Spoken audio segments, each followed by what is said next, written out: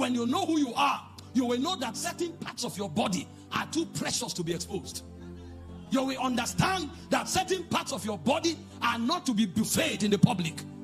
In fact, only one person will have the privilege of looking upon certain parts of your body. And for that person to do that, he must walk through the eye and go through the covenant of marriage vetted by God to have that honor. But today, something that should be honorable is in the public.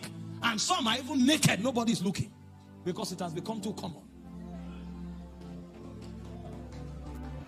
Is it those naked women that can fulfill divine agenda?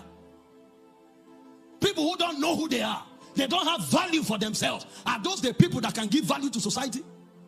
You must have value for yourself before you even have one for society. Is it somebody who is walking naked to be appreciated and accepted that can change society? She doesn't even know how precious she is to begin with. This is the crisis of humanity. We must understand who we are before we talk purpose. We must understand what God calls us before we talk purpose. We must understand the premium that is put upon us before we talk purpose. You can't be, you check, you go check.